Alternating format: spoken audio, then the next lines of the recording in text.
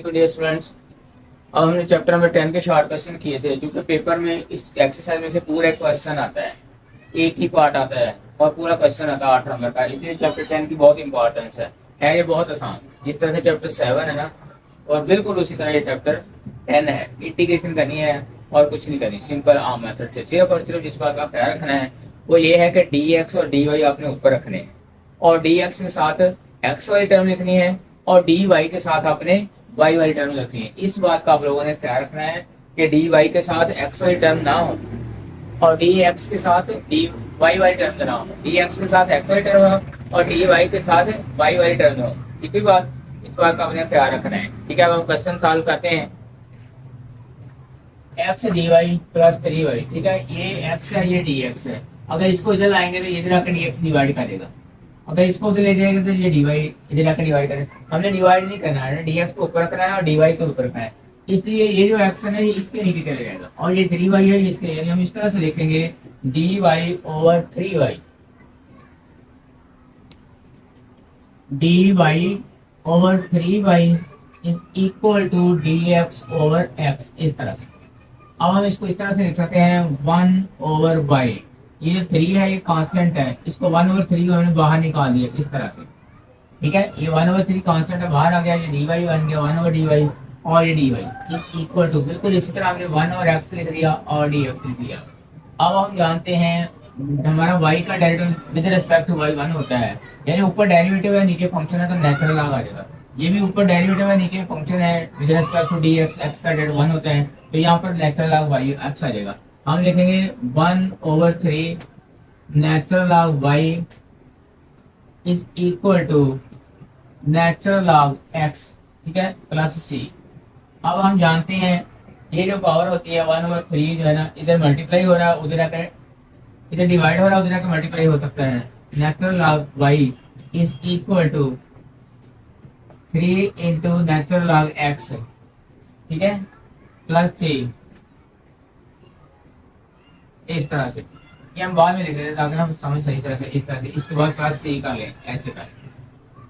ये जो 3 है ये x की पावर ही बन सकती है, हम लिख सकते हैं natural log y is equal to natural log x का क्यूब। ये पावर जो है ना लॉग के साथ लेके इसके फंक्शन की पावर होती है, तो ये ऊपर आके मल्टीप्लाई हो जाएगा प्लस c। ठीक है बात, अगर इधर से लॉग खत्म कर देंगे तो इधर से भी लॉग खत्म हो जाएगा। हम लिखेंगे y is equal to x cube, ठीक है ना। इस c को आप नेचुरल लॉग c लिख सकते हैं, यानी इस तरह से, क्योंकि ये भी लॉग, ये भी लॉग में आंसर है, ये भी लॉग में आंसर, तो हम इसको भी लॉग लिख लेते हैं ताकि ये भी नेचुरल लॉग c शो हो जाए।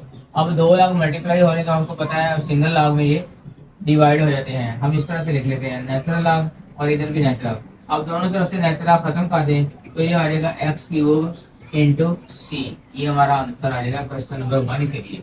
और दूसरा क्वेश्चन है हमारे पास y डी वाई, ठीक है, ये y के साथ y है, ठीक है, ठीक है, लेकिन यहाँ पर डी एक्स के साथ ये y भी आ रहा है, जैसे हमें x चाहिए तो हम ऊपर में से x कॉमन ले लेंगे, राइट साइड की ब्रैकेट में से हम x कॉमन लेंगे, हम लिखेंगे y d y is equal to 2 और हमने x कॉमन ले लिया into y plus 1 into d x. इस तरह से अब ये y की टर्म ये वाली है इधर मल्टीप्लाई हो रही है, इधर आकर डिवाइड कर देंगे, y over y plus 1 into d y is equal to 2x into d x. ऐसे अब ये जो हिस्सा है आप जानते हैं इसमें पावर जो है ये इम्प्रॉपर फ्रैक्शन है, इधर ही y की पावर 1 है, इधर ही y की पावर 1 है, यानी बराबर पावर है। ऐसी कंडीशन में हमने डिवाइड करना होता है, फ्रैक्शन को इम्प्रॉपर बनाना होता है। हम y को अंदर रखेंगे और y प्लस 1 पे हम इसको डिवाइड करेंगे। हम इस तरह से डिवाइड करेंगे y इंटू वाई प्लस 1, 1 पे करेंगे तो ये y प्लस 1 आ जाएगा, साइन चेंज करने से ये -1 होल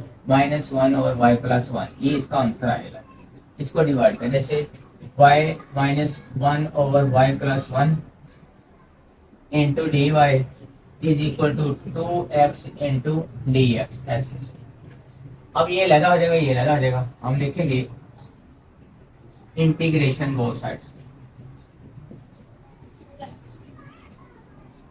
1 को हम लगा कर देंगे 1 into d y minus 1 over y plus 1 into d y हो जाएगा। इस तरह से ये जो 2 है ये कांस्टेंट है, इसे हम बाहर लिख देंगे, आगे आ जाएगा x इंटू डी एक्स। ऐसे अब 1 की integration with respect to y लिखेंगे तो ये 1 आ जाएगा, वाई सॉरी आ जाएगा माइनस, ये बिल्कुल उसी तरह जिस तरह हमने ये हल किया है कि नीचे फंक्शन है ऊपर इसका डेरिवेटिव है, या ऊपर फंक्शन और नीचे डेरिवेटिव हो तो आंसर होता है natural log of the function y plus 1 is equal to 2 रहेगा, ये कांस्टेंट है, ये x है, ये x के आगे इसका डेरिवेटिव हो जाएगा तो इस पे पावर लग जाएगा, x की पावर 1 है ना, 1 प्लस 1 और नीचे भी 1 प्लस 1 हो जाएगा।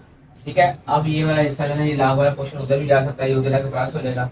ठीक है, y minus log y plus 1 is equal to 2x square over 2, ये 2 इस 2 से कैंसिल हो जाएगा, हम लिखेंगे y minus y equal to कर लेते हैं, ये हो जाएगा प्लस हो जाएगा